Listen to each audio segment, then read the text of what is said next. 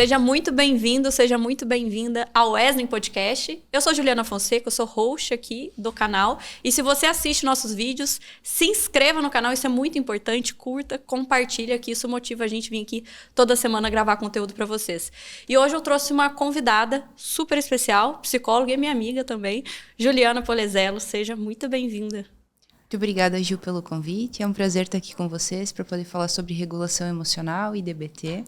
Ô, Ju, conta rapidamente a sua trajetória aí, do que você faz, o que você trabalha. Você é psicóloga, você é especialista em TCC, o que mais? Eu sou psicóloga clínica hoje, sou especialista em TCC e DBT, terapia comportamental dialética. Sou treinadora de habilidades também e supervisora clínica para DBT. E a minha trajetória começou há 3 anos como DBT, mas há muito tempo eu já estudava regulação emocional, já atuava na faculdade ainda com DBT.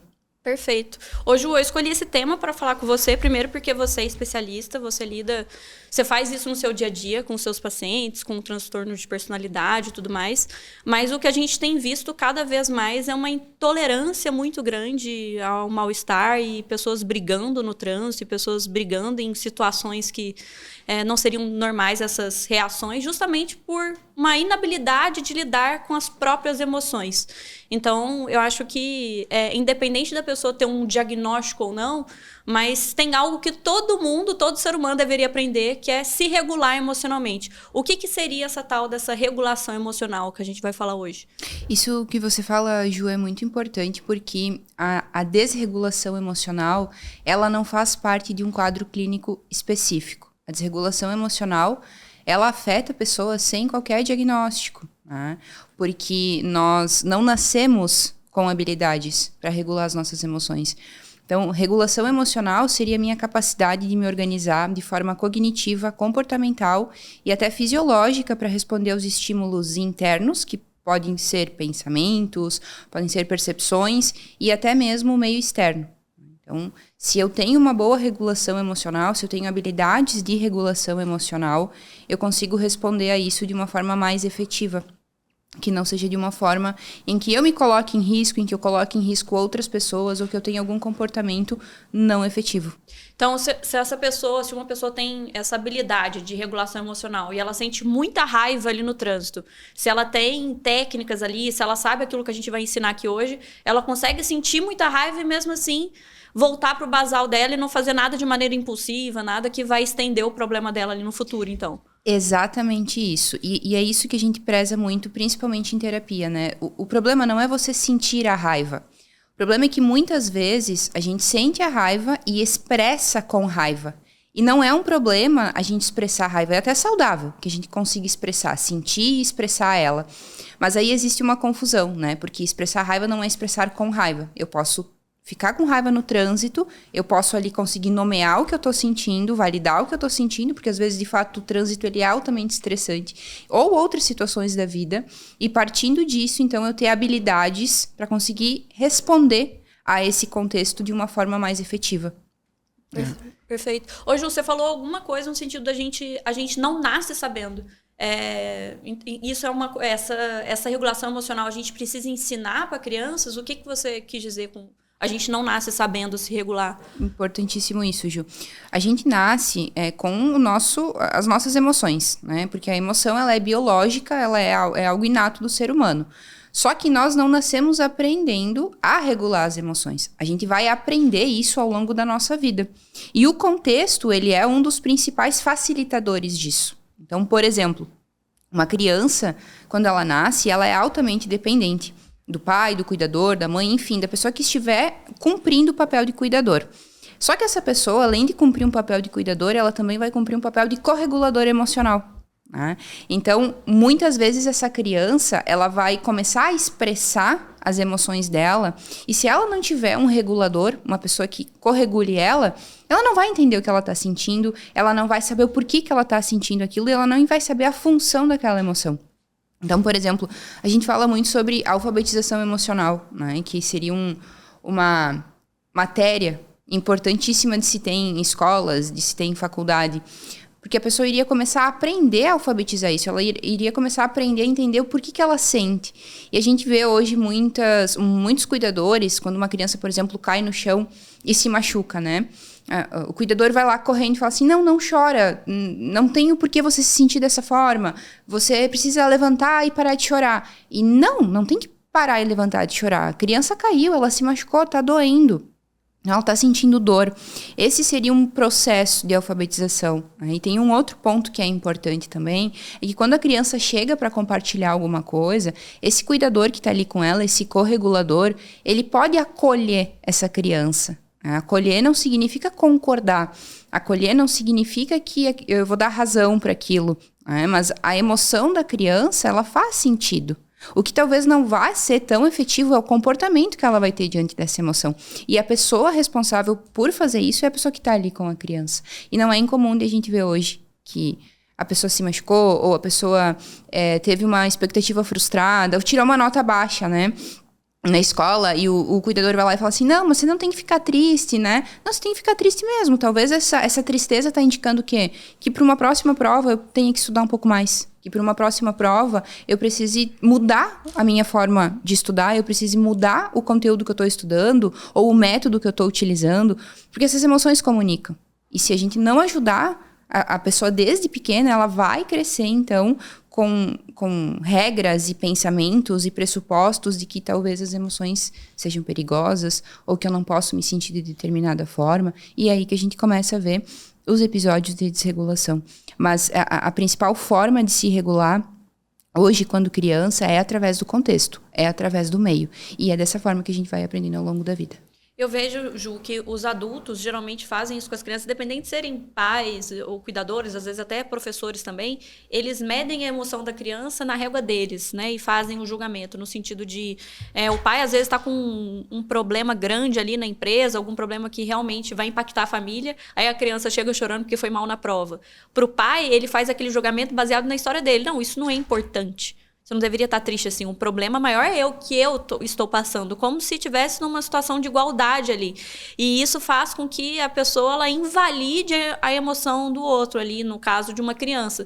Sendo que para a criança, às vezes aquela nota, ou às vezes aquela briguinha com o melhor amigo, é realmente o maior problema que aquela criança já teve na história de vida dela, na história curta de vida dela. Então é muito importante os pais prestarem atenção aqui, que é função dos pais também ter esse papel de corregulação, porque a criança não tem essa habilidade, então é um processo que é ensinado para a criança, né? No sentido de entender a própria emoção, de identificar com aquela criança o que você está sentindo, o que você está pensando, por que você está assim, né? E de ir acolhendo aquela criança, de validando o que aquela criança está sentindo, justamente para na vida adulta essa criança não ficar suprimindo ou essa criança ser um adulto desregulado ali, né? Um adolescente desregulado. Então, isso é importantíssimo. Ô, Ju, como que é feita a alfabetização emocional? Então, seria ensinar as pessoas a identificarem as próprias emoções, porque hoje a gente já tem filme, né? Tem aquele filme da Disney, o Divertidamente, que tem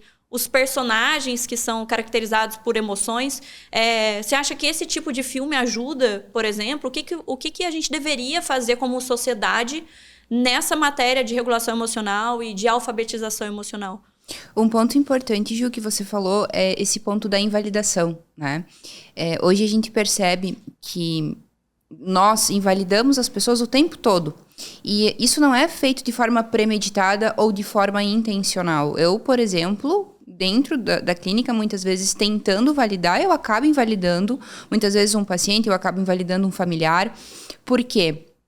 O que acontece, né? A pessoa chega para você e fala, por exemplo, nesse exemplo que você deu, né? A criança teve uma briga na escola com o amiguinho e era a coisa mais importante para ela, né? Como é que eu posso fazer esse processo de regulação emocional para essa criança sem invalidar ela? É difícil porque se o adulto não tem as habilidades de regulação, ele não vai conseguir ensinar o que ele não sabe. Então, para ele poder ensinar, ele precisa saber. Uhum. Então, a regulação ela precisa acontecer no adulto para depois acontecer nessa criança. Então, um exemplo que seria mais prático é essa criança chegou em casa, ela tá chorando, aconteceu algo que é muito importante para ela e por isso ela tá muito triste, eu vou chamar ela e eu vou validar. Validar não é concordar. Olha, eu sinto muito que você esteja passando por isso. Eu sinto muito que você esteja triste. O que você está pensando? O que está se passando pela tua cabeça? Onde é que essa emoção está localizada? E essa criança vai começar a descrever, e o adulto, ele junto com ela, vai começar a dizer: é triste mesmo, quando você briga com uma pessoa que é importante para você, isso gera mal-estar, isso gera tristeza. E ajudar a criança a ir fazendo a clarificação, né, das coisas que estão acontecendo, para ela não começar a entender que aquela briga é inútil, ou que aquilo que ela está sentindo é inútil, ou que da forma como ela reagiu, ela ficar se questionando se é uma forma boa ou se é uma forma ruim, porque isso é que vai começar a gerar as crenças, é isso que vai começar a gerar as percepções que essa criança tem sobre si mesma, e principalmente sobre as emoções. Então, uma forma que a gente tem de regular enquanto pais, enquanto pessoas na sociedade, professores, educadores, no geral, é exatamente isso, né? Viu a criança sofrendo, pergunta, questiona, valida ela. Eu sinto muito, é triste mesmo. Que pena que você está sentindo isso. Eu tô aqui para te escutar, tô aqui para te auxiliar. E fazer pequenas autorrevelações também para essa pessoa é importante, porque ela começa a se identificar, ela começa a ver que é normal, ela começa a normalizar as emoções, o que é também um passo muito importante, né? Você poder falar para a pessoa assim: olha, quando eu briguei com fulano, eu também me senti muito triste. Quando eu passei por uma situação parecida, eu também me senti muito triste. Porque aí a pessoa vai criando a sensação de pertencimento. Ótimo. Então, o primeiro passo seria o acolhimento ali com a validação do sentimento. Gente, a gente está falando criança aqui porque a gente começou falando de alfabetização emocional na infância, mas isso serve para adulto também. Às vezes, um amigo seu terminou um namoro, chega em casa e você começa a falar mal da ex dele. Calma, né? Primeiro valida o sentimento da pessoa, primeiro normaliza a pessoa, né? O sentimento que aquela pessoa está sentindo, faz parte do processo. Então, primeiro acolhe, né? Então, o primeiro passo seria essa validação. E uma coisa que você falou que é importante, Ju, geralmente as pessoas separam as emoções em emoções boas e emoções ruins, né? Então, alegria é uma emoção boa, né? Sentir prazer é uma coisa boa, e o tristeza, ficar com raiva é uma coisa ruim. Sendo que, na verdade, a gente não deveria fazer essa separação, né, Ju? Assim, tem emoções que são agradáveis de sentir e outras que são desagradáveis. O que você pode falar para o pessoal de casa para entender da gente não nomear uma emoção como algo ruim? Porque a gente precisa de todas elas. Exato. Esse é um ponto importante, Ju, porque as emoções, elas são agradáveis ou desagradáveis. Não é uma emoção que ela é, nossa, essa emoção é muito boa, essa emoção é muito ruim. Não, porque quem é que quer sentir algo ruim?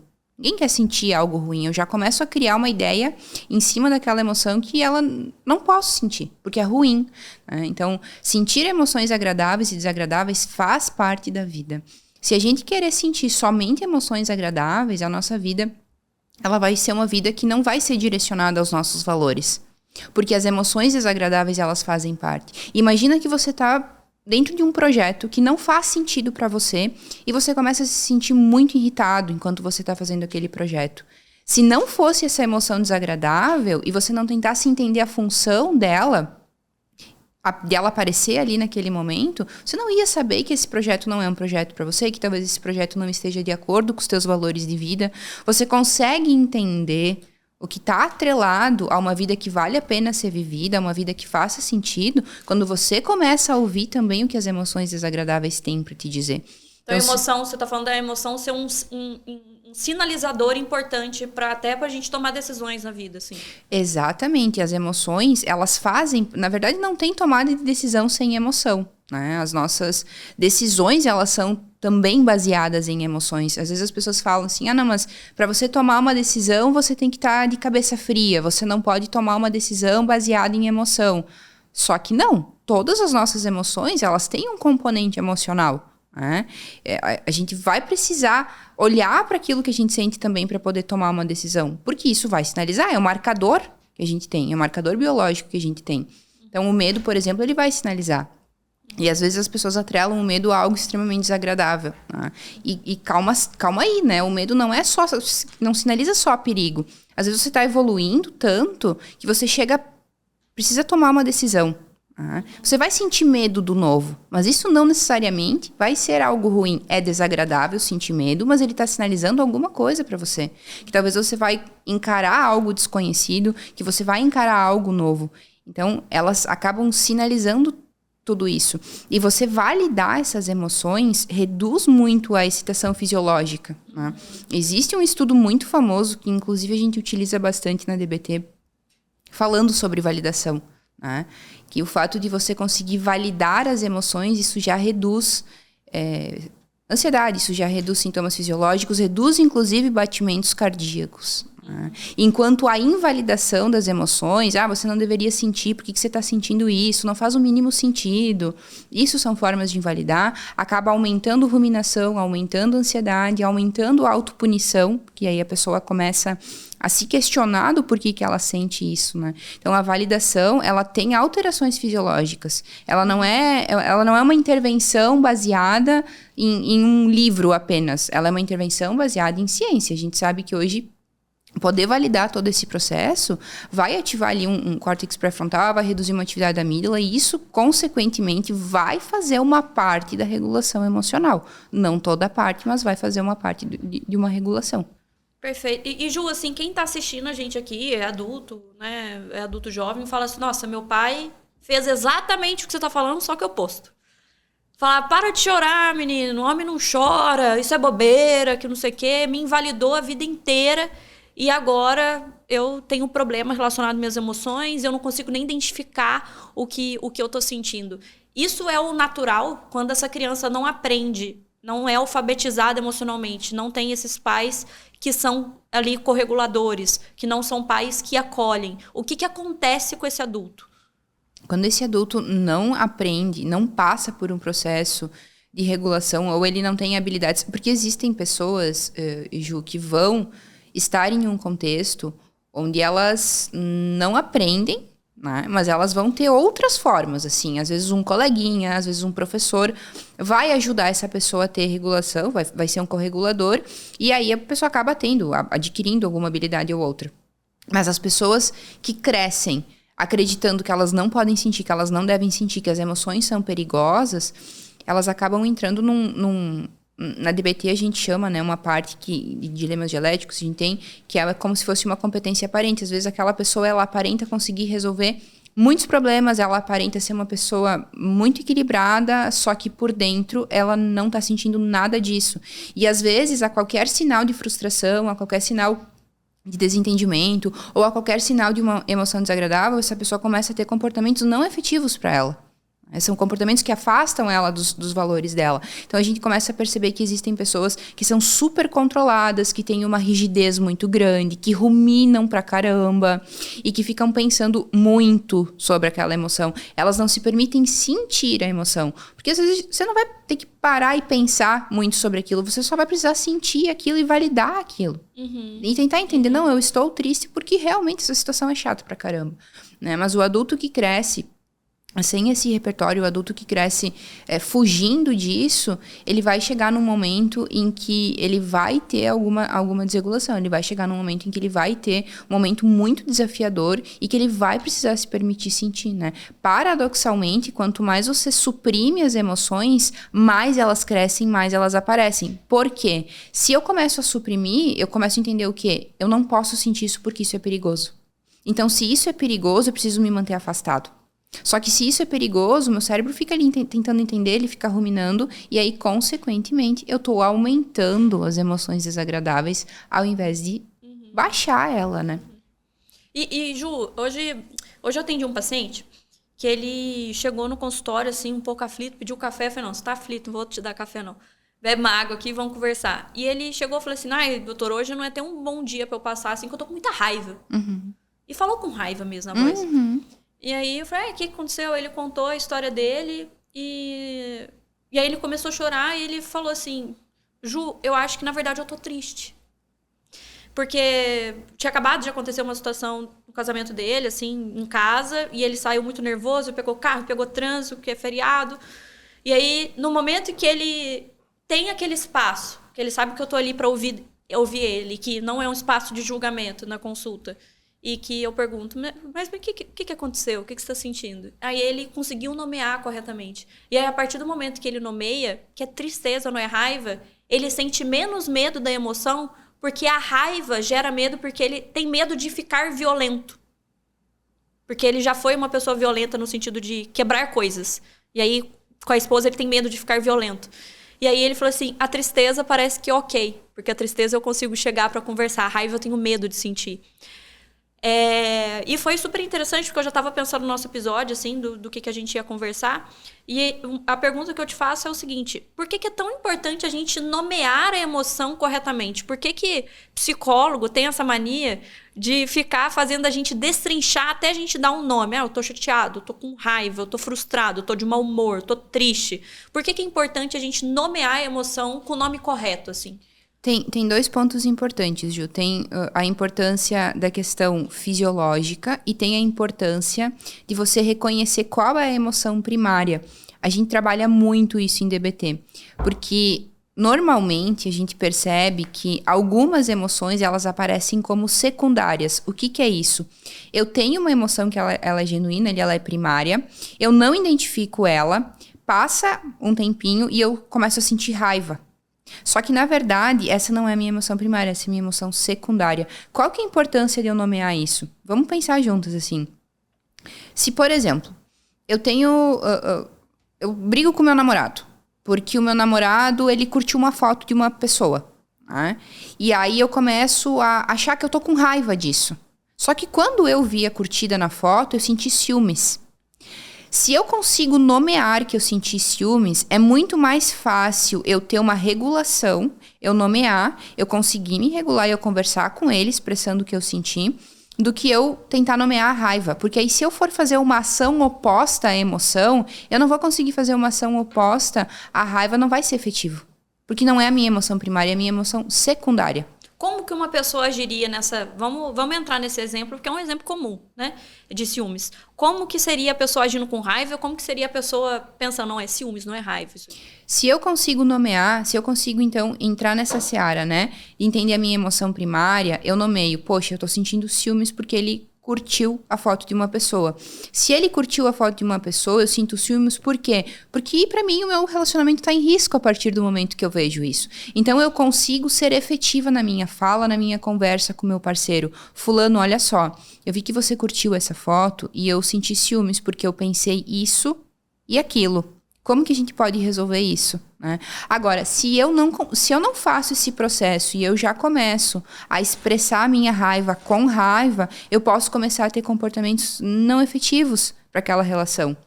Eu posso me afastar do que é importante naquela relação, que é a resolução de conflitos. Né? Então, eu posso brigar, eu posso quebrar, eu posso bater, e isso, consequentemente, vai machucar a outra pessoa de uma forma que provavelmente depois eu vá me arrepender disso, e não vai resolver o ponto que eu queria resolver.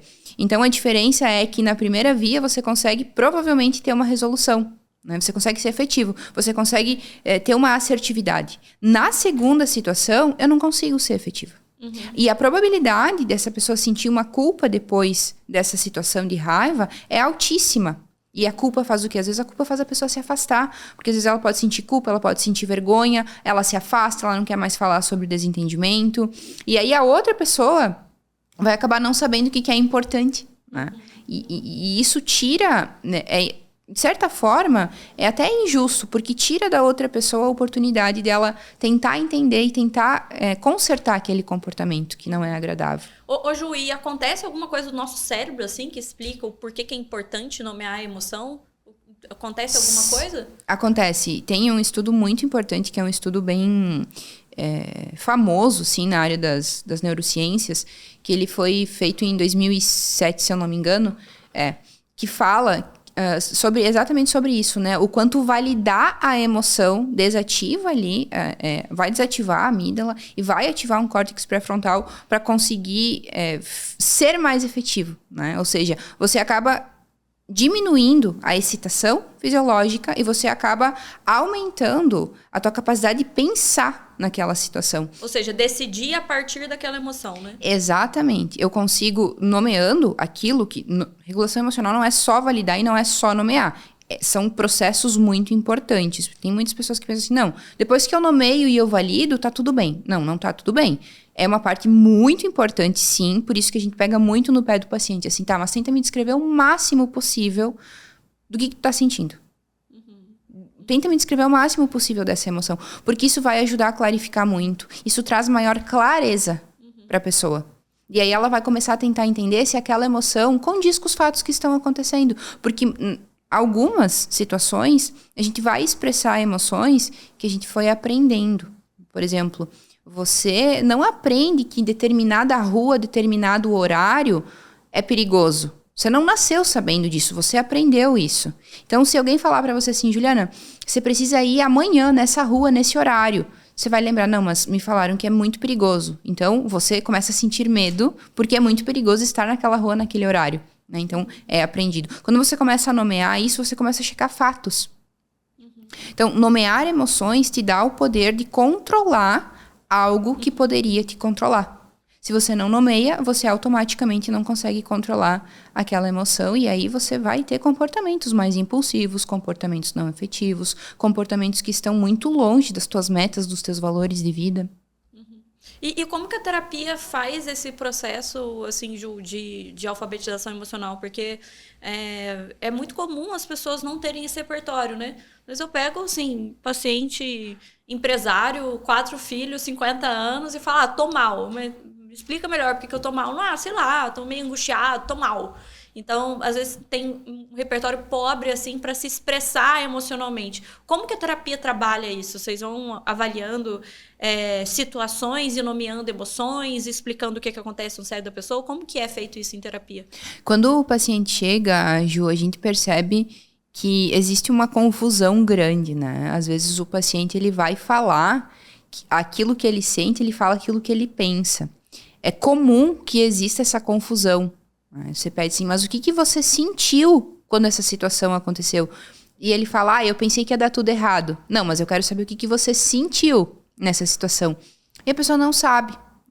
E, logicamente, a gente tem que ter um certo respeito quanto a isso, porque isso fala sobre a história da pessoa. Então, você já começa a perceber que, muito provavelmente, né, ele foi uma pessoa que não teve esse corregulador ali tão presente, foi uma pessoa que não teve provavelmente acesso a habilidades. Então, a gente começa a auxiliar esse paciente, né? Começa a auxiliar ele com observação. Você precisa estar em mindfulness. Se você não estiver presente, você não vai conseguir descrever. E aí a gente começa a auxiliar ele, né? Esteja no aqui e agora. Começa a ter uma percepção do que o teu corpo faz quando acontece isso. Como que ele reage? Porque as emoções, elas são uma resposta rápida a um estímulo. Né? Então, toda vez que uma pessoa sentir uma emoção, ela vai ter algum sintoma fisiológico. Alguma coisa vai aparecer ali. O coração vai acelerar, a garganta vai apertar, vai ter sudorese, enfim, alguma coisa vai aparecer. Né? Então, a gente começa a fazer esse processo com o paciente. Poxa, esteja aqui, conseguiu descrever, aí a gente vai para nomear aquela emoção. Depois que ele nomeia, a gente vai fazer uma validação. Depois que a gente valida essa emoção, aí a gente vai começar a pensar juntos, né? Será que essa situação aqui, ela precisa de uma resolução de problemas? Será que a gente precisa começar a olhar essa situação por uma outra perspectiva? A gente começa a fazer uma checagem de fatos. A TCC, a terapia cognitivo-comportamental, também trabalha muito com isso, né? Que é fazer uma reestruturação daquilo que o paciente interpreta de determinada situação. A DBT, ela vai trabalhar também com isso, mas ela vai focar mais no comportamento do paciente do que na própria cognição. Então, no fim das contas, a gente tem, assim, estratégias de regulação que são das duas abordagens, mas que vão acabar auxiliando o paciente, teoricamente, de uma forma muito parecida. Né? Depois que o paciente vai checar fatos, aí a gente vai ver se ele precisa ir para uma resolução ou se ele vai precisar fazer uma ação oposta àquela emoção. E uma coisa que eu vejo que acontece muito, que é um erro, é a gente pedir para o paciente fazer uma ação oposta sem ele nem saber qual emoção ele está sentindo. Eu não tenho como fazer o oposto daquilo que eu não consigo nomear. E é um processo importantíssimo. Outras coisas também que acontecem, que eu vejo, você precisa agir diferente. Tá, mas se eu preciso agir diferente, você precisa me dar uma habilidade para eu fazer diferente. Como que eu vou ter outro comportamento? Eu vou ter um comportamento alternativo se eu não sei como me comportar diferente. Então, a gente vai fazendo todo esse processo junto com o paciente. E aí, você vai percebendo que conforme ele vai vindo na terapia, conforme ele vai indo no grupo de habilidades, ele começa a fazer isso por si só. Ele já vem e ele entrega pronto pra você. Olha, aconteceu essa situação, eu tive esse pensamento e eu logo senti isso. E aí o meu comportamento foi tal, né? Ou senão ele vem e diz assim, não, mas eu senti medo nessa situação. E aí eu vi que o medo, ele era um julgamento, ele não era um fato. E aí eu consegui fazer o oposto do que o medo estava me mandando fazer.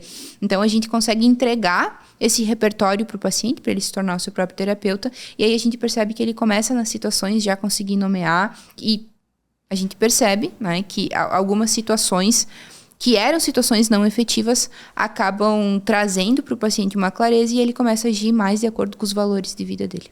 Gente, isso aqui é muito importante, assim, o que a Juliana tá falando sobre o processo terapêutico, né, no processo de psicoterapia, com um bom psicólogo, um psicólogo especialista ali, com psicologia baseada em evidência, né, não é só uma questão de um momento para você falar da sua vida, para você desabafar e para você se sentir um pouco melhor. A terapia te dá ferramentas.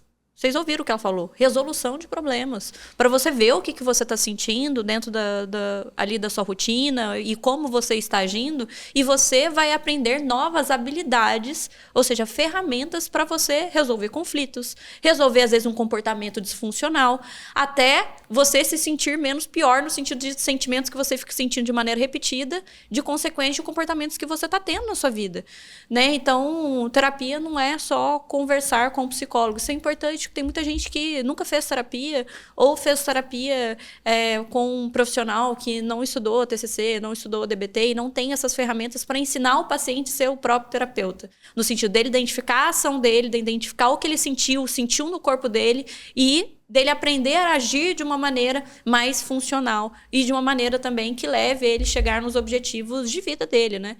Então, isso é muito importante, né, Ju? Tem muita gente que tem uma experiência prévia com o terapeuta e sentiu que não resolveu nada. Se não resolveu nada, ele deveria, né, tentar de novo outro processo terapêutico com um psicólogo. A gente indica os psicólogos da BeHealth, a Ju é psicóloga da BeHealth, eu sou psiquiatra da BeHealth, que são profissionais que vão poder te ajudar, porque esse trabalho com o psicólogo vai fazer com que a pessoa tenha menos altos e baixos também, né? Essa reincidência não só de emoções ruins, mas de comportamentos que levam a pessoa a ter essas emoções que seriam desagradáveis por muito tempo, né, Ju? Exato, e é importantíssimo isso, Ju, que você falou, porque não é incomum os pacientes terem experiências desagradáveis, né? E, logicamente, eles chegam até nós porque eles passaram por essas experiências, alguns, né? Outros chegam até nós por outros meios, enfim. Mas o que é importante nisso? Quando a gente tá com o paciente, é muito importante definir as suas próprias metas, né? Existem pacientes que chegam pra mim e falam assim, eu quero brigar menos com meu namorado. Tá, mas o que tu vai ganhar se tu brigar menos com o teu namorado? Por que é importante pra ti atingir essa meta? Eu preciso entender o porquê que o paciente quer aquilo. Porque se eu não entender o porquê ele quer, o que ele vai alcançar, eu não tenho como fazer uma terapia. Uhum. Você quer aumentar a tua efetividade interpessoal por qual razão? Porque aí se eu aumentar a minha efetividade, aumentar esse comportamento, eu consigo diminuir briga, eu consigo diminuir atrito. Consequentemente, a minha relação vai ser uma relação mais valorosa para mim, vai ser uma relação que vai me impulsionar mais. Tá, então, peraí que a gente já tem uma meta bem clara aqui. A gente vai trabalhar para que esse comportamento aumente. A partir disso, eu começo a fornecer habilidades para esse paciente, seja em terapia, seja no grupo de habilidades em DBT, para que ele possa, então, alcançar essas metas da vida dele. É muito importante. Terapeuta que não estabelece meta em terapia vai ficar nadando no processo terapêutico sem saber para onde vai. Se eu não sei para onde eu vou, qualquer lugar serve. E aí a gente vai acabar, às vezes, não obtendo um resultado que a gente imaginou que poderia obter, porque a gente não estabeleceu essas metas. E essas metas são específicas, tá, gente? Não é eu quero viver melhor. Não é isso. Do mesmo jeito que a pessoa vai num processo de emagrecimento e fala, não, quero chegar nessa meta. Ou vai no psiquiatra, eu quero não ter sintomas de ansiedade, assim, assado. O psicólogo também tem que ter metas ali, o paciente também tem que ter metas com o psicólogo, né? Inclusive, quando a gente vai dar alta para o paciente, a gente leva em consideração essas metas. A partir do momento que todos os objetivos foram atingidos e o paciente está assintomático e os problemas da vida são facilmente resolvidos com essas estratégias, essas ferramentas, é o momento da gente se despedir do paciente, porque o paciente já está conseguindo lidar com as próprias emoções de maneira funcional, né? Exatamente. E ele está conseguindo expandir esse repertório, né? Ótimo. Ô, Ju, você falou em algum momento que emoção é algo que a gente sente ali de maneira aguda, assim, reagindo a algo. E é comum também, além dessa confusão de saber o que é cada emoção, a gente confundir emoção com humor, né? Então, tristeza é algo agudo ali que a gente sente, acontece alguma coisa, eu chego lá fora, bater no meu carro, poxa, fico triste. Mas é diferente de um humor deprimido, presente na depressão, que são 15 dias de humor deprimido. O que seria essa diferença de uma emoção, de um humor, de um sentimento, que são palavras que a gente coloca como sinônimo, mas não são, né? Não são. Isso é importantíssimo, Ju, porque a emoção, ela é uma resposta imediata a um estímulo, seja ele um estímulo interno ou externo. E normalmente essa emoção, ela vai atingir um pico, ela vai atingir um pico, ela vai durar 90 segundos e ela vai baixar. Exceto em pacientes com algum transtorno, e aí a gente tem o transtorno da personalidade borderline, que é um transtorno onde a pessoa vai sentir essa emoção de uma forma muito mais rápida, por um tempo muito maior, e ela demora mais para voltar para sua linha de base. Mas, em geral, a gente vai sentir as emoções de uma forma rápida. Um humor é um estado de humor que a pessoa fica. Ela pode não ter nenhum motivo aparente. Ela não precisa ter nada, nenhum estímulo, que vai ser um humor que ela se encontra. Ela pode simplesmente acordar se sentindo naquele humor. Hoje eu não tô num dia legal, então eu vou evitar fazer algumas coisas porque eu sei que não é o meu melhor dia. Ou eu acordei num dia em que eu tô melhor, que eu tô com um humor um pouco mais estável. Então, ou seja, não é reativo a nada. Não é reativo a nada, exatamente. Então, tem essas diferenças. E é importante a gente fazer essa clarificação, porque checagem do humor é uma coisa que a gente faz em terapia com os pacientes. Tá? Então, ajudar os pacientes a nomear isso também é muito importante, porque a emoção é aguda, é agora. Eu senti agora diante de um estímulo. O meu humor, ele é outra coisa. Ele vai permanecer por um tempo maior, ele fica comigo. Mais tempo. Esse humor tem influência genética, assim, Ju? Tem pessoas que têm mais probabilidade de serem pessoas mais para baixo, assim, com humor mais deprimido, mais melancólico, que tem pessoas que têm uma tendência a ter um humor mais eufórico, ou mais, assim, mais o tempo todo mais disponível para fazer atividades? Sim, e isso vem muito dos traços de personalidade, né? As pessoas que têm um traço de personalidade que vão se sentir mais tristes, são pessoas mais pessimistas, são pessoas que têm a tendência a ficarem mais tristes, elas vão ter ali um marcador, que é um marcador mais biológico, que vai marcar um humor um pouco mais declinado. E existem as pessoas que, logicamente, vão ter outros marcadores ali da personalidade e que elas vão ter um humor um pouco mais elevado, um pouco mais para cima, vão ser pessoas mais extrovertidas, enquanto vão ter pessoas que são mais introvertidas. Então, além disso, a gente tem traços de personalidade, que aí a gente tem a teoria do Big Five, né, que nos ajuda muito a poder olhar à luz disso e perceber que as pessoas vão se comportar de determinada forma também, se comportar, sentir de determinada forma também por uma questão biológica. Não é só isso, mas o biológico, ele acaba determinando bastante as nossas emoções, o nosso humor, a forma como a gente se comporta e, logicamente, o contexto que eu vivo, né, os meus pensamentos, as minhas crenças, as minhas regras, né, elas acabam influenciando bastante a forma como eu vou sentir, como eu vou ter o meu estado do humor. Tá. Ô, Ju, deve ter alguém assistindo a gente falando assim, eu não consigo nomear, eu não consigo tomar decisão depois, eu não consigo nado disso. Eu acho que eu tô numa desregulação emocional. Tem alguma definição do que é desregulação emocional? Todo comportamento que eu tenho que não é efetivo diante de um estímulo emocional, posso ser mais agressivo, eu posso ser mais ríspido, eu posso ter acessos de raiva, eu vou estar tendo uma desregulação emocional. Tá. Então, é importante a gente fazer essa distinção, né? Porque se eu não conheço a emoção que está ali controlando um possível comportamento meu, eu posso ter uma desregulação emocional. Então, todo aquele comportamento que não está atrelado aos meus valores, que não é efetivo, que traz para mim uma consequência bem desagradável, dependendo de como ele acontece, eu posso entendê-lo como uma desregulação emocional, né? Então, vamos pensar uma pessoa que está trabalhando, tem uma situação com o chefe, e o chefe chega e pede um prazo. Tá? Dependendo de como eu me comporto ali com esse pedido, eu posso entender o pedido do meu chefe, pedir para ele me explicar o porquê desse atraso e a gente conseguir encontrar uma forma de resolver. Ou eu posso, quando ele me faz esse pedido desse atraso, eu posso muitas vezes ser ríspido, eu posso ser mais grosseiro com o meu chefe, eu posso explodir, eu posso ter um acesso de raiva muito grande, e aí isso me afasta muito do meu valor, né? Talvez que seja manter ali a efetividade no trabalho. Então, isso poderia ser caracterizado como uma desregulação emocional, né? Eu sou reativo àquilo que acontece. Tá. Né? E todo mundo pode apresentar desregulação emocional assim, Ju? Você já deu exemplo de borderline, eu na sua apresentação falei que você atende muitos pacientes com transtorno de personalidade borderline, que é um quadro que apresenta frequentemente a desregulação emocional, mas todo mundo, mesmo sem diagnóstico, pode ter uma reação desproporcional a um evento ali, né? Pode ter uma reação desproporcional. E tem um ponto importante, né, Ju? A gente tá falando assim... de comportamentos que a gente vai avaliar num determinado contexto, que vão ser avaliados como desregulação emocional. Mas, às vezes, eu posso ter uma reação maior diante de um estímulo e que não vai se caracterizar a desregulação. Então, eu preciso avaliar o contexto que aquela pessoa está inserida, como que aquilo aconteceu. Às vezes, eu vou falar mais alto com uma pessoa, eu vou expressar uma raiva um pouco mais quente ali no momento, porque talvez vai ser necessário para aquela situação. Mas alguns exemplos que eu tô trazendo aqui, eu tô partindo do pressuposto de que o pessoal que está assistindo entenda que, na verdade, a gente está falando de um contexto em que esses comportamentos eles não são efetivos. Tá? E tem outros quadros também que tem desregulação emocional.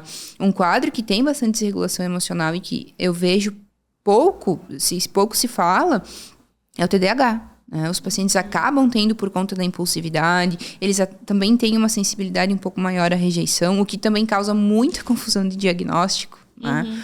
Então, tem pessoas que passaram por trauma, então o TEPT também acaba tendo essas reações emocionais, ansiedade, depressão, e pessoas sem diagnóstico nenhum também podem apresentar desregulações emocionais, porque a desregulação emocional ela não é característico de um quadro clínico patológico. Ele é transdiagnóstico, né? Ele é transdiagnóstico e além dele ser transdiagnóstico, Ju, isso significa o quê? Que às vezes as pessoas não têm habilidade. Se essa pessoa adquirir habilidade, ela pode ser uma pessoa muito mais regulada emocionalmente. Então, não significa necessariamente que é algo patológico. É algo que acontece. E assim, Ju, quais são os fatores que fazem com que as pessoas se desregulem mais? Você falou uma questão de temperamento ali, uma questão de personalidade. Tem outros fatores que podem corroborar, porque eu fico pensando, uma pessoa que está numa situação de estresse, né? Está num divórcio, acabou de mudar de cidade, ou está em uso de substância. São pessoas que podem se desregular emocionalmente, independente do temperamento, porque estão passando numa fase de adaptação ou estão intoxicados por alguma substância. Quais são esses fatores que a gente pode citar aqui que façam com que as pessoas se desregulam mais, assim, e sofram mais? Quando a gente fala talvez o termo desregulada pode ser um termo pejorativo, né, Ju? Assim, na saúde mental a gente toma muito cuidado, porque todo termo acaba virando pejorativo porque as pessoas começam a usar como xingamento, né? De louca, doida, desregulada, né? Isso geralmente para mulher ainda, para xingar mulher. Então, quando a gente fala desregulado aqui, é uma pessoa que perdeu o controle ali do comportamento dela diante de uma emoção, não é um termo pejorativo aqui. Então, assim, quais são os fatores, assim, Ju, que predispõe a pessoa a ter um risco maior de se desregular de maneira frequente, assim? Além da questão biológica, que a gente não pode atrelar toda desregulação emocional apenas a fatores biológicos. Então, isso é importantíssimo. Pode ter muita influência de meios externos. Então, às vezes o meu ambiente, às vezes o estresse que eu estou passando, às vezes um trauma que aconteceu, outras condições patológicas que eu posso estar enfrentando. Às vezes eu posso ter dormido mal. Às vezes eu posso não ter tido as minhas necessidades fisiológicas atendidas. Eu posso ter dormido mal, eu posso ter me alimentado mal, eu posso ter tido um desentendimento e depois eu posso ter um comportamento em que as emoções tomaram conta e eu não consegui controlar. Então, você pode ver que muitas vezes questões do nosso cotidiano mesmo podem corroborar para que eu tenha uma desregulação emocional. Ou seja, que aquela emoção controle os meus comportamentos e eu não consiga entender aquela emoção, senti-la para depois eu conseguir agir. Que o conceito da desregulação emocional é muito esse. A emoção toma conta, né? Não é o meu comportamento, é a emoção que acaba determinando o meu comportamento. Tá. E assim, Ju, o que a desregulação emocional traz de estigma, traz de preconceito para alguns transtornos? Porque você que trabalha muito com TPB e eu também, com borderline, a gente acaba vendo muitos pacientes que já tiveram péssimas experiências com outros profissionais de saúde, justamente por conta desse estigma, né? Aqui no podcast a gente já teve um episódio de borderline com o Jean já, mas assim, em relação à desregulação emocional do border, assim, o que você vê de mais problemático em relação à realidade, aquilo que traz sofrimento para o paciente e aquilo que é falado na internet, aquilo que as pessoas geralmente falam de preconceituoso relacionado ao TPB? Esse ponto, Ju, é um ponto que eu sempre falo para os pacientes, assim, quando eles falam nessa questão e a gente acaba chegando ali numa questão diagnóstica. Cuidado com a pesquisa que você vai fazer. Porque muitas pessoas trazem as pessoas com uma alta desregulação emocional como pessoas manipuladoras. Só que, na verdade, aquele comportamento que é chamado como manipulação, ele é um comportamento que ele teve função. Né? Ele tem função, na verdade, por isso que ele continua acontecendo. Então, a gente também precisa olhar para esse comportamento, essa forma que a pessoa tem de apresentar algumas coisas de uma forma muito cuidadosa e respeitosa. Porque aquela pessoa, ela não começou a ter aquele comportamento do nada. Então, em algum momento na história de vida dela, aquilo ali fez muito sentido. Ela precisou daquele comportamento para sobreviver literalmente ao meio. Então, um preconceito que eu vejo muito é que a pessoa com transtorno de personalidade borderline é manipuladora. Calma aí. Né? O que é ser esse manipulador? O que essa pessoa está tentando conseguir através desse comportamento que algumas pessoas estão rotulando como manipuladoras? E é exatamente nesse ponto em que entram essas famosas habilidades que a gente acaba tanto falando. Né? É o que a gente acaba ensinando os nossos pacientes. Você pode conseguir a mesma coisa, mas de uma forma mais habilidosa, de uma forma que traga menos sofrimento. Porque as pessoas falam assim, não, mas ele é manipulador, pode deixar que ele sabe o que ele está fazendo. Calma aí, né? Às vezes essa pessoa tem um sofrimento muito intenso por trás disso. E a forma que ela está encontrando de se comportar é essa forma que as pessoas estão chamando um comportamento manipulador. Então, esse acaba sendo o maior estigma, né? Um outro estigma que eu vejo muito, assim, é que é uma pessoa intratável. Né? Essa pessoa não tem tratamento. Nem encaminha para mim ou nem me passa esse paciente porque não vai dar para atendê-lo, né? E calma, hoje a gente tem uma linha teórica que é tratamento padrão ouro e que traz resultados muito efetivos para esses pacientes, principalmente pacientes de estágio 1 de tratamento, que a gente chama na DBT. Que são aqueles pacientes que estão adquirindo habilidades, que são aqueles pacientes que estão tendo comportamentos de risco à vida, de risco à qualidade de vida. A gente consegue dar para esses pacientes outras alternativas para eles conseguirem obter e ter uma vida que vale a pena ser vivida, ter uma vida que vale a pena viver de acordo com os seus valores. Ô Ju, e quando você fala dessas habilidades, assim, de adquirir essas habilidades, eu entendo que é um processo, né? E sendo um processo, a gente não consegue dar um prazo, mas vamos tentar pensar num paciente com um TPB, assim, quanto tempo que ele teria de terapia? Tem um tempo que você poderia falar pra gente que seria um tempo médio para ele aprender essas habilidades, para ele melhorar essa regulação emocional? Ou depende muito do quadro, depende se tem comorbidade? Porque eu entendo que é um processo lento, né? É um processo lento, Ju. No grupo de habilidades, a gente tem assim que... A gente sempre pede para o paciente o quê? Segundo os manuais, que o paciente fique no mínimo 6 meses, mas é indicado que o paciente passe 1 ano, ou seja, ele faça 2 rodadas do grupo de habilidades. Porque, logicamente, numa segunda rodada ele vai acabar tendo insights, tendo percepções que ali numa primeira rodada ele não teve, porque ele estava somente adquirindo essas habilidades. E em terapia, a gente sempre pede para o paciente pelo menos 1 ano. Eu preciso que você me dê 1 ano, que você fique comigo aqui 1 ano, para a gente tentar entender melhor isso e conseguir ter uma remissão que seja parcial desses sintomas, ou que a gente consiga pelo menos tirar você desse risco à vida, desse risco à qualidade de vida, para começar a trabalhar outras coisas. Então, existem pacientes, logicamente, que eles vão ter um resultado em menos tempo, e existem pacientes que vão levar muito mais tempo de terapia. A gente estimar tempo, assim, é algo que não nos traz muita segurança, porque o tratamento ele não é tão previsível assim. Por isso que a DBT ela é uma terapia muito baseada em pressupostos, né? Ela não é uma terapia protocolar. A gente tem uma estrutura, sim, a se seguir, mas ela é uma abordagem muito flexível. Ela é uma abordagem que ela vai ir tentando entender ali qual que é o comportamento-alvo dentro dos estágios de tratamento que a gente vai trabalhar, né? E ela é muito dinâmica, assim. Então, às vezes, a gente pode estar indo para um estágio 2 de tratamento, aconteceu alguma situação ali com o paciente que levou ele para o estágio 1. A gente vai voltar, vai tentar entender o que impediu, sempre fazendo ali as nossas análises em cadeia, fazendo análise de missing links, para tentar entender o que fez com que esse paciente não utilizasse o que ele já sabia, que fez ele voltar a ter um comportamento que já era um comportamento que não estava ocorrendo há algum tempo.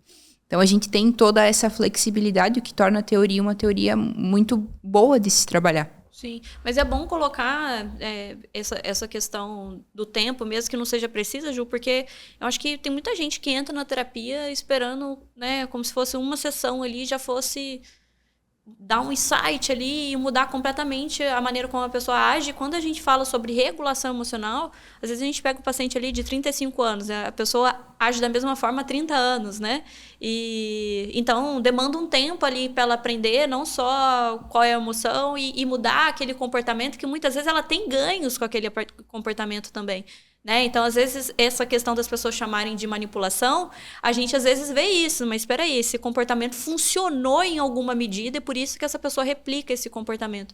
Então, é importante as pessoas entenderem que terapia, para casos de uma desregulação emocional grave, como acontece em alguns casos, né, de borderline e outros transtornos, é um processo mais demorado. Precisa ter paciência e constância, né? Precisa ter paciência e constância, isso nesses quadros de uma maior desregulação emocional. Porque tem pacientes que têm algumas questões, eu quero só adquirir algumas habilidades, ou eu quero que você me ensine melhor como regular em determinada situação, ou eu sempre percebo que eu tenho essa questão no trabalho e eu preciso lidar melhor. E aí, logicamente, isso vai levar menos tempo, né? Mas o tempo, ele acaba sendo, sim, subjetivo, que as pessoas falam, não, mas essas terapias de terceira onda não trabalham muito com subjetividade. A gente trabalha, sim, com subjetividade, até porque a gente vai adequando aquilo que o paciente está precisando, a gente vai adequando protocolos, a gente vai adequando pressupostos da teoria para poder atender aquele paciente da melhor forma possível. Então, existem esses dois cenários, sim. Ô, Ju, a gente está com um problema no mundo moderno, assim, que é a questão do quanto que a gente não se entedia mais, né? A gente não se permite estar num momento de tédio ali, né? Então, qualquer momento livre, a gente pega o celular ali, fica, né, no scroll ali, fica no Reels, fica no TikTok, fica no YouTube e a gente acaba não se percebendo tanto, né? Então, eu acho que o uso de mídias em excesso, de rede social, pode estar nos atrapalhando a ter essa clarificação de o que eu estou sentindo, como é que eu estou. Tive uma paciente semana passada que eu estava fazendo um diário de humor, que, né, a gente faz em transtorno bipolar, é bem comum a gente pedir em terapia, e ela preenchia tudo, menos o humor, assim. A questão de sono, ela preenchia, ela falou assim, Ju, tá muito difícil identificar meu humor. Eu falei assim, que momento que você fica sozinha, só você, né, porque tem filho, trabalha fora. Ela falou assim, é no banho. No banho, às vezes, eu fico resolvendo coisa do trabalho. Ou seja, eu levava o celular pro banho, né, eu ficava ouvindo áudio, mandando áudio enquanto tomava banho. Então, no caso dessa paciente, ela não tinha nenhum momento do dia em que ela estava só ela. E aí, no começo, eu falei assim, ela tem um hábito de ler a Bíblia todo dia de manhã. Eu falei assim, olha, antes de você ler a Bíblia, será que dá pra você ficar 10 minutos na sua varanda, contemplando assim? Só olhando para a varanda e vendo a vista e tentando pensar, se conectar com aquilo que você está sentindo? Ela, não, 10 minutos dá tempo. E aí a gente foi progredindo e ela foi, né, ela fez um treinamento em Mindfulness, conseguiu ampliar esse tempo. Então, assim, Ju, acho que um dos problemas relacionados à regulação emocional, de entender as emoções, é que parece que a gente está sem tempo até para sentir. Eu não sei se isso tem chegado no seu consultório, assim, com seus pacientes. Essa dificuldade dessa nomeação, dessa clarificação, também é dessa falta de tempo também. Aí eu não sei o quanto que a gente está usando também as mídias justamente para não sentir, ou se, enfim, eu não sei o que é causa-consequência. Mas, de certa maneira, isso tem atrapalhado também as pessoas. Tem paciente que fala que ele só consegue pensar no que ele está sentindo e sobre o comportamento na hora que ele tem comigo ali na semana. Então, assim, é só na terapia, aqueles 50 minutos, aquela 1 horinha, que ele consegue pensar nossa, realmente eu não tô legal. Ou meu relacionamento não tá legal. Ou esse trabalho não tá fazendo mais sentido pra mim. Então, durante todo o resto da semana, todas as outras horas da semana, a pessoa ela só fica vivendo, trabalhando e fazendo, e pouco conectada, né, com ela mesma, assim. E olha o perigo disso, né, Gil? Você tem 1 hora por semana, que a consulta é 1 hora, dentro de 7 dias da tua semana, 24 horas, 1 hora para você poder refletir e sentir, dar vazão para aquilo que você tá passando. Isso é muito perigoso, porque isso te distancia muito dos teus próprios valores, da vida que você quer viver. Porque vamos pensar juntas, né? Se eu tô num trabalho que não faz sentido pra mim, eu me sinto muito triste, mas eu não dou vazão pra aquilo, eu não penso direito sobre aquilo, eu vivo no celular, eu vivo trabalhando, eu vivo com outros estímulos, e eu não tenho um momento em que eu só sinto. Como é que eu vou saber se esse trabalho ele tá atrelado ou não aos meus valores? Se eu nem tô dando vazão. E uma outra coisa, né, que acaba sendo importante, sim, às vezes as pessoas falam assim, não, mas é que aconteceu uma situação, e você vê que a situação ela é muito triste. E a pessoa fala assim, não, mas eu passei um dia muito mal, eu chorei pra caramba, e eu vi que eu tava sofrendo muito. E aí eu falo, tá, mas e daí? Qual que é o problema? Não, o problema é que eu fiquei um dia inteiro assim. Mas a situação, ela é ruim mesmo. É tristíssimo isso que você tá falando. Isso que você passou é muito triste. Presta atenção no que você tá me falando. Né? A pessoa presta atenção, ela tenta reproduzir de novo o que ela falou. Pois é. É muito triste isso, né? Então, sim, você vai passar um tempo maior. Isso não é um problema. O problema é que você desconectar. O problema é que você não sentir. O problema é que você ficar o tempo todo distraindo. Você não tem tempo de tédio. Você não tem tempo para descomprimir. E o tédio, ele é importante. Porque ele vai fazer o quê? Em vários momentos, você tem que ter esse tempo pro teu cérebro ali. Ele descansar, ele poder fazer as conexões dele, ou não fazer absolutamente nada. E às vezes a gente quer se distrair da dor, né, Ju? Então, eu já tive, assim, episódio da minha vida, ó, fazer terapia de graça aqui com a Ju. De terminar um relacionamento e já querer emendar outro relacionamento, ou de já querer fazer curso e de lotar a minha agenda de inúmeras coisas para não ter tempo de sentir tristeza, que é o normal de um término de relacionamento, independente do contexto. Então, eu acho que também a gente tem que ter esse cuidado, né? Da gente não... Para você que terminou um relacionamento, de não entrar em outro de cara, de não tomar decisões no impulso, justamente porque você não quer sentir aquela emoção. Eu já ouvi isso inúmeras vezes, assim, Ju, eu não posso começar a sentir agora, porque se eu começar a sentir, eu não vou conseguir sair. Isso para luto, de pessoas assim que perderam alguém da família e continuaram a vida normal, assim, não deu uma semana de intervalo entre a perda e o trabalho e a vida.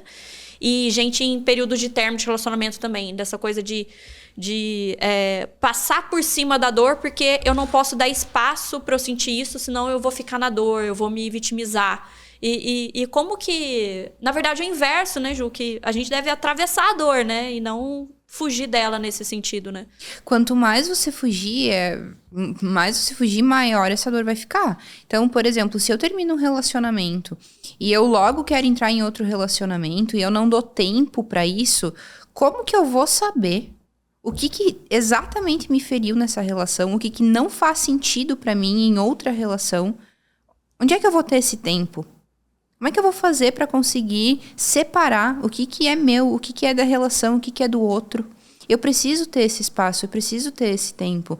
E você atravessar a dor não significa você viver todo dia com ela. Significa que em alguns momentos do teu dia você vai sentir. Mas o que você vai fazer com isso? Deixa essa emoção aparecer, deixa a tristeza aparecer, deixa a angústia aparecer, deixa a alegria aparecer. Tenta entender a função dessa emoção na tua vida. E depois você continua seguindo.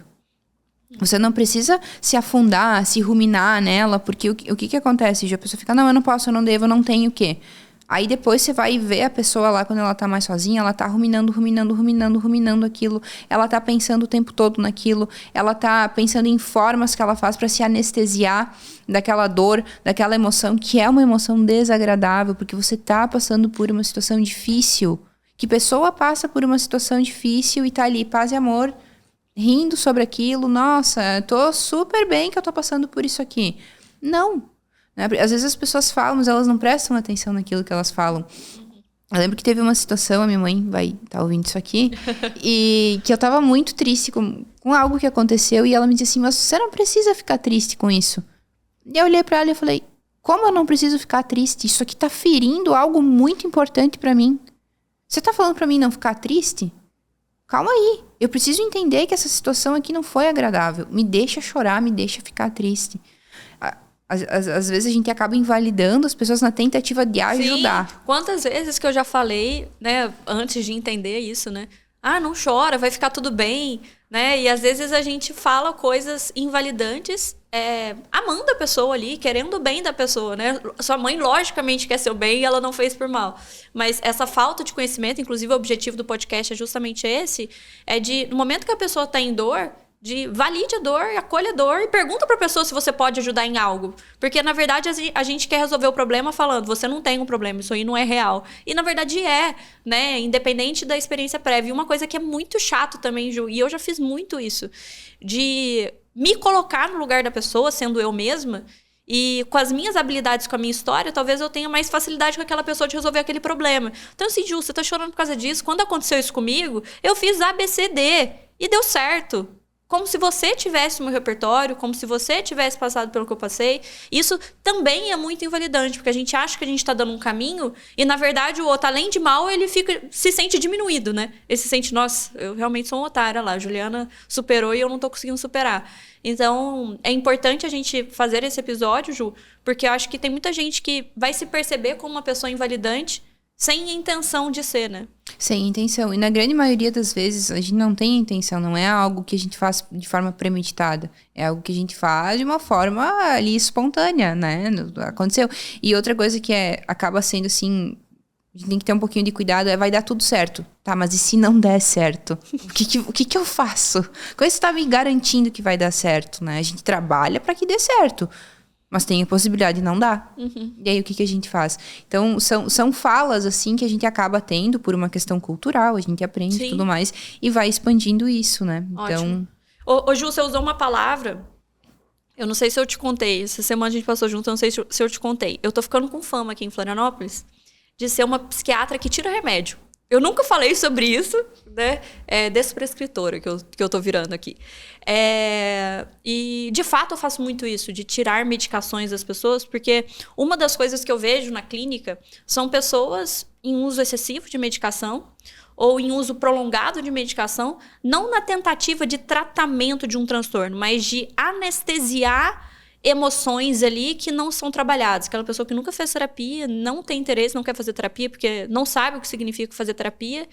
E assim, aquela pessoa que é angustiada por conta de um relacionamento, está triste por alguma situação da vida e vai tomando antidepressivos, calmantes ali, os Rivotril, benzodiazepínicos da vida, numa tentativa de anestesiar, ou seja, silenciar aquela emoção. Qual que é o preço disso, Ju? Você já falou, você já deu o recado que não dá pra fugir da emoção. A emoção vai te perseguir de alguma maneira. Mas assim, qual que é o preço dessa anestesia, assim? É comum que a gente veja, né, Ju, um pra dormir, um para acordar, um para ser produtivo. É o Venvanse, Zolpidem. Um para ser produtivo, um para desacelerar. E assim eu vou vivendo a vida, colocando um monte de cápsula, um monte de comprimido. E quando eu vejo, eu tô vivendo uma vida que eu nem sei para que eu estou vivendo. Qual é o rumo que eu quero que isso tome, o que eu quero alcançar com determinadas situações. E esse é o preço que a gente paga por viver anestesiado. A gente vive uma vida longe dos nossos valores, longe daquilo que importa para nós. Eu vou fazer o quê? Hoje eu vou acordar, eu tomo a minha medicação para conseguir encarar o dia, daqui a pouco eu tomo a minha medicação para o foco, eu passo o meu dia todo trabalhando, eu começo a anoitecer, eu vou lá, eu tomo a minha medicação para dormir, e eu durmo e eu vivo o dia seguinte. Ok? Por quê? Onde é que você quer chegar com isso, né? Então, a gente tem que ter bastante cuidado em querer viver de uma forma anestesiada, porque a medicação ela vai cumprir o seu papel. Existem pessoas que vão precisar, logicamente, de um tempo maior de tratamento. Dependendo do seu quadro clínico, existem pessoas que vão precisar de uma forma mais pontual, mas eu percebo isso, às vezes o paciente ele fica meio desesperado, né? Assim, não, vai tirar a medicação e agora o que eu faço? Cara, agora você vai ver como você se comporta e a gente vai tentar ajustar o que sobrar de comportamento e ver o que faz sentido para ti diante da tua vida, né? Diante da vida que você tá levando hoje. Mas o preço, Ju, é muito esse, assim. Você vai viver uma vida longe dos teus objetivos, de coisas que são importantes para ti. Você vai viver uma vida sem saber nomear o que tá acontecendo, sem saber o que importa, sem saber o porquê que você ficou feliz com determinada situação. E aí você vai acabar querendo ou não, em alguns momentos gastando mais, tendo comportamentos mais impulsivos, porque você não quer viver aquele momento de dor, aquele momento que é um momento que, sim, vai trazer um desconforto para você. Excelente. E tem uma frase que ela sempre vai estar falando aqui, a vida que vale a pena ser vivida, né? Que é a frase do terapeuta DBT. É impossível a gente viver uma vida que vale a pena ser vivida se anestesiando o tempo todo. Seja com medicação, seja com droga, seja com algum vício comportamental, né? Pornografia, apostas, qualquer coisa que faça com que a pessoa não sinta naquele momento, né?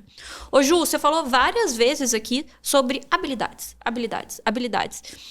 Explica para o pessoal, assim, de uma forma que todo mundo consiga entender o que são essas habilidades em DBT, só para o pessoal entender. Você falou de mindfulness, o que são essas 4 habilidades da DBT? Essas habilidades... São 4, né? São 4 módulos que a gente tem, né? Mas habilidades, elas são inúmeras. Se a gente for pegar qualquer manual, qualquer livro de habilidades em DBT, a gente vai ter inúmeras habilidades, mas a gente sempre vai trabalhar com 4 módulos, né? O módulo de mindfulness, que sem mindfulness a gente não vai conseguir fazer quase nada. Por quê? Por que mindfulness? Porque mindfulness é descrever, é participar, é tentar entender o porquê disso. Quando a gente está falando... Então, nos próximos módulos, eles têm toda uma lógica para a gente seguir, né? Então, mindfulness, regulação emocional. Eu começo a nomear, a entender a minha emoção, a validar ela, a fazer a ação oposta.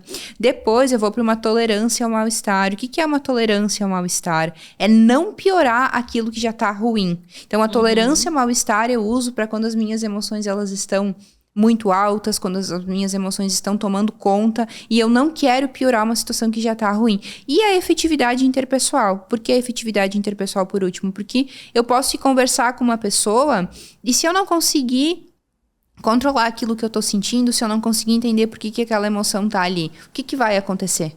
Então, a efetividade interpessoal, para eu conseguir dizer não de uma forma assertiva, de uma forma clara, para eu conseguir manter as relações que são importantes para mim, para eu obter aquilo que eu quero das outras pessoas e para eu manter o meu autorrespeito. Então, a gente vai trabalhando com esses módulos, eles têm toda uma lógica por trás disso, né? E aí, cada terapeuta vai indicar ali para o seu paciente um grupo de habilidades, né? Porque o modelo da DBT mesmo é a terapia individual e o grupo de habilidades. Mas existem bastante pessoas que estão buscando os grupos para aprender essas estratégias de regulação sem necessariamente ter um transtorno. E aí vai depender muito do grupo que a pessoa procura, porque existem grupos que são muito heterogêneos, né? Que recebem pessoas com o diagnóstico, então, de transtorno de personalidade borderline. E existem grupos que vão receber pessoas com um diagnóstico de TOC, um diagnóstico de uma ansiedade, um diagnóstico de uma depressão, e pessoas também sem diagnóstico também vão poder participar. Porque as habilidades, na verdade, Ju, elas são o quê? Qualquer pessoa que tiver Então, Ju, eu tô pensando nisso, assim, os 4 módulos, eu acho que qualquer pessoa deveria ter esse treinamento, deveria ser assim, tirar um pouco ali de Bhaskara da matemática, tirar as aulas de Bhaskara, né? O Cid vai rir. Boa, né? Essa, né? Tirar um pouquinho dessas coisas que a gente não usa e colocar ali a alfabetização emocional, regulação emocional e ensinar, porque todo mundo deveria saber isso. Isso não é importante pro borderline, isso é importante para qualquer...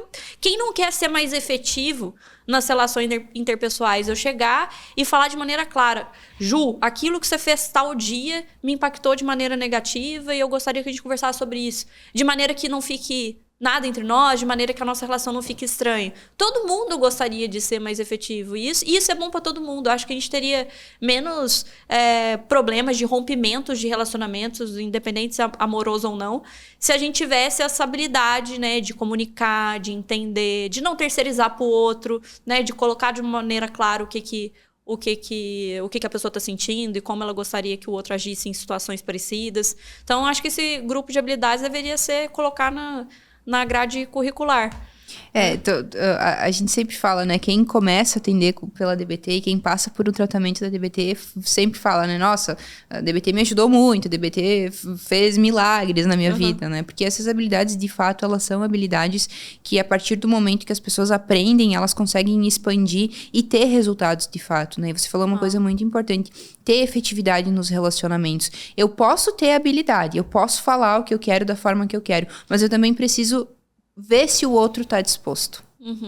Então, por isso que seria interessante que o máximo de pessoas que puderem, que tiverem oportunidade em algum momento de ter acesso a isso, que façam, que tenham acesso, porque é uma forma, são estratégias, na verdade, muito efetivas para a gente conseguir lidar com essas desregulações. Ô, Ju, explica só a diferença do que é um processo de terapia e o que é esse treinamento de habilidades. Eu conheci treinamento de habilidades, foi através de você, porque as pessoas têm aquela visão de terapia em grupo, assim, onde todo mundo vai falar... Cada um vai reclamar um pouco da vida. As pessoas têm essa noção de como se fosse uma terapia em grupo. Explica, assim, como que esse trabalho dentro da DBT é um trabalho complementar, da pessoa aprender, treinar as habilidades e ter a psicoterapia ali. Uma coisa é uma coisa, outra coisa é outra coisa, né? O grupo de habilidades em DBT, ele é um grupo onde as pessoas vão aprender habilidades. É como se fosse uma aula ali. Né? Logicamente, existem pessoas que vão falar um pouco mais, isso não é um problema. Só que dentro dos grupos a gente tem algumas regras. Então, sempre que entram novos participantes, dependendo do modelo que aquele grupo tem, vão ter algumas regras, né? E aí a gente sempre passa essas regras para os participantes. Então, tem coisas ali que não vão poder ser faladas explicitamente. Né? Por isso que a gente sempre tem um líder e um co-líder. Porque muitas vezes trabalhar com um grupo de habilidades exige ali da pessoa se colocar em contato com vulnerabilidades dela, né? Com emoções que são muito desagradáveis. E se algo vem acontecer, a pessoa que está ali como co-líder, ela também precisa ser muito bem treinada para conseguir dar assistência para esse paciente, né? Mas não é uma terapia. A pessoa vai entrar em contato com essas vulnerabilidades. A gente pede sim para que a pessoa execute as habilidades fora do grupo, porque não tem como você adquirir uma habilidade se você não expande ela, se você só faz na hora do grupo. Só que o que acontece? Ali você aprende as habilidades. Lá na terapia, você vai aprender como que você pode expandir cada vez mais essas habilidades através das análises em cadeia que a gente vai fazer para aquele comportamento alvo que a gente está tentando cuidar. E outros comportamentos que a gente está tentando auxiliar ali o paciente a poder expandir essas habilidades. Então, o grupo ele é um grupo. Não é uma terapia em grupo, porque as pessoas não são todas obrigadas, né, a falar, mas elas podem sim compartilhar experiências na medida ali do que elas forem se sentindo confortáveis, na medida que elas puderem falar também dentro das regras, né? E a terapia, então, é a outra parte que a gente vai fazer com o paciente, que aí sim a gente entra na vulnerabilidade, a gente entra, sim, na análise do comportamento especificamente. Tá. Ô, Ju, e quando que a pessoa tem que buscar ajuda, assim? A pessoa assistiu a gente e falou, nossa, eu acho que eu tenho uma desregulação emocional e eu não sei se ela é grave ou não. Qual que é o momento de buscar terapia?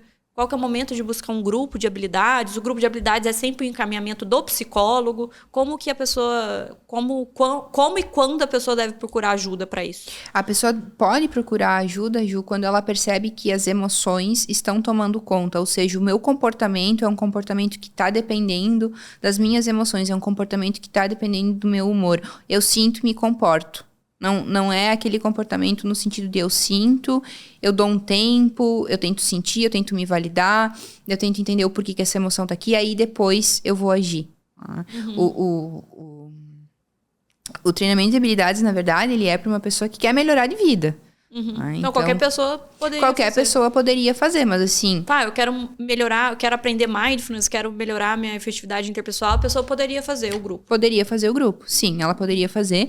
E normalmente a gente sempre pede para que essa pessoa que for buscar, ela busque em pessoas que ela sabe que são pessoas que estão aptas a dar esse grupo de habilidades, que tem esse treinamento, que podem ensinar, porque para você ensinar, você precisa antes fazer. A gente sempre fala, né, o treinador de habilidades em DBT, ele tem que ter vivido aquilo ali, ele tem que ter feito aquilo ali, senão o treinamento ele vai ser um treinamento bastante limitado. Então, sempre buscar com pessoas de referência, sempre buscar com pessoas que possam indicar grupo de habilidades, ter muito cuidado ali na seleção, porque a gente pode muitas vezes acabar caindo em grupos que, na verdade, não tem todo aquele treinamento, né? E qualquer pessoa apta a dar o grupo de habilidades pode dar, mas a pessoa tem que estar apta, ela tem que estar treinada para dar esse grupo de habilidades.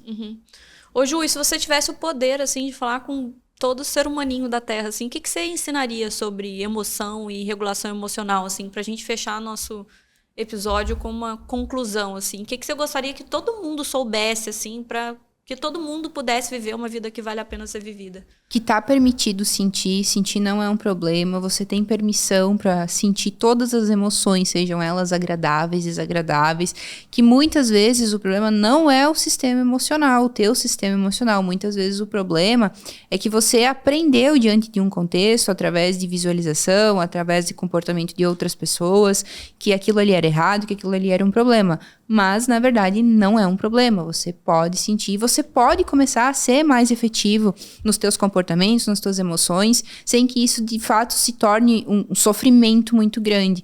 Às vezes você vai passar por uma dor, isso não significa que você tem algo patológico, isso significa que você está vivendo uma vida que vale a pena ser vivida, porque viver atrás dos nossos valores também é bastante doloroso, mas nem sempre precisa ser um sofrimento. Muito bom. Ô Ju, e conta pro pessoal onde que o pessoal te acha, seu Instagram. Você, então, é psicóloga e treinadora também, né? É treinadora que fala? Treinadora de habilidades, então, isso. Como que o pessoal te acha para quem quer participar dos seus grupos de habilidades, para quem quer fazer terapia com você, onde que o pessoal te acha aí? O pessoal pode buscar a BeHealth, né, que hoje eu faço atendimentos também pela clínica, e podem buscar também o meu trabalho através do Instagram, que é @JuPolezelo _psi, e que lá vão ter mais informações sobre grupo de habilidades, supervisão e terapia. JuPolezelo _psi. Polezelo com 2 L. Polezelo com S e 2 L's. Aí, perfeito. Então, se você tem interesse de fazer terapia dentro da abordagem que ela trabalha, né, que é a DBT, TCC, ou nos grupos de habilidades, que eu acredito que todo mundo deveria fazer, independente se tem um diagnóstico ou não. Inclusive, eu vou começar em janeiro, tá, Ju? Muito bom. Eu sei a teoria, mas não fiz na prática. Eu quero viver o grupo na prática. Busquem a Ju, é mais do que uma indicação minha. Eu e a Ju, a gente já deve ter compartilhado o quê, Ju? Uns 100 pacientes. Já perdi as contas. Provavelmente uns 100 pacientes, então é mais do que uma indicação minha. Gente, eu agradeço ao Reservatório de Dopamina que está patrocinando esse episódio. Eu e Ju somos do Reservatório desde o primeiro ano, né? Desde que o Wesley fundou o RD, eu lembro que eu estava lá no grupo do Telegram na época, que tinham 12 pessoas. A gente foi, assim, do grupo dos 100 primeiros alunos, com muito orgulho, o RD de carteirinha. O RD é um ambiente onde você aprende não só a mudar seu estilo de vida, mas assim, tem muita coisa lá dentro. Tem módulo de finança, tem módulo de culinária, tem todas as aulas do Wesley, onde ele ensina neurociências aplicadas ali para o seu dia a dia, para você melhorar de vida. Eu mudei meu estilo de vida, eu emagreci. Eu conheci o Wesley através do RD e estou aqui hoje. Então, o RD mudou minha vida e eu espero que mude a de vocês também. A gente vai deixar o link aqui do Reservatório de Dopamina aqui no vídeo. Gente, por favor, curta o episódio, compartilha. Regulação emocional é uma coisa que todo mundo precisa saber. Então, ajuda o nosso canal a crescer também, se inscrevendo no canal. E muito obrigada. Um beijo. Obrigada, Ju. Obrigada, Ju.